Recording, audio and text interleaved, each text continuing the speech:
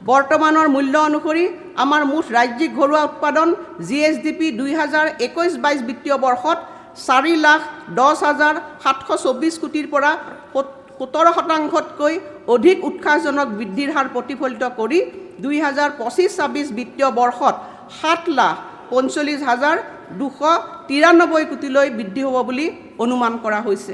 মই জনাবলৈ পাই সুখী যে অসমৰ অৰ্থনৈতিক জৰীপে 2026-27 বিত্তীয় বৰ্ষৰ বাবে 16.93% বৃদ্ধিৰ হাৰ প্ৰক্ষেপ কৰিছে আৰু ৰাজ্যিক ঘৰুৱা উৎপাদন 8,71,451 কোটি টকা হ'ব বুলি অনুমান কৰা হৈছে।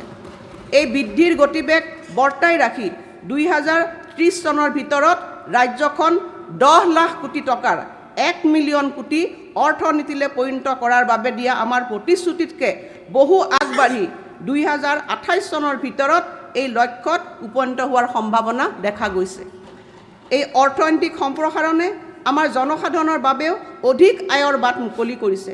মই গৌৰৱ অনুভৱ কৰিছোঁ যে অসমৰ জনমূৰি আয় বৰ্তমানৰ মূল্যত দুগুণকৈ অধিক বৃদ্ধি পায় 2020-21 বিত্তীয় বৰ্ষৰ 86,946 টকাৰ পৰা 2025-26 বিত্তীয় বৰ্ষত 1,85,429 টকালৈ হৈছেগৈ, যিয়ে 113% বৃদ্ধি প্ৰতিফলিত কৰিছে।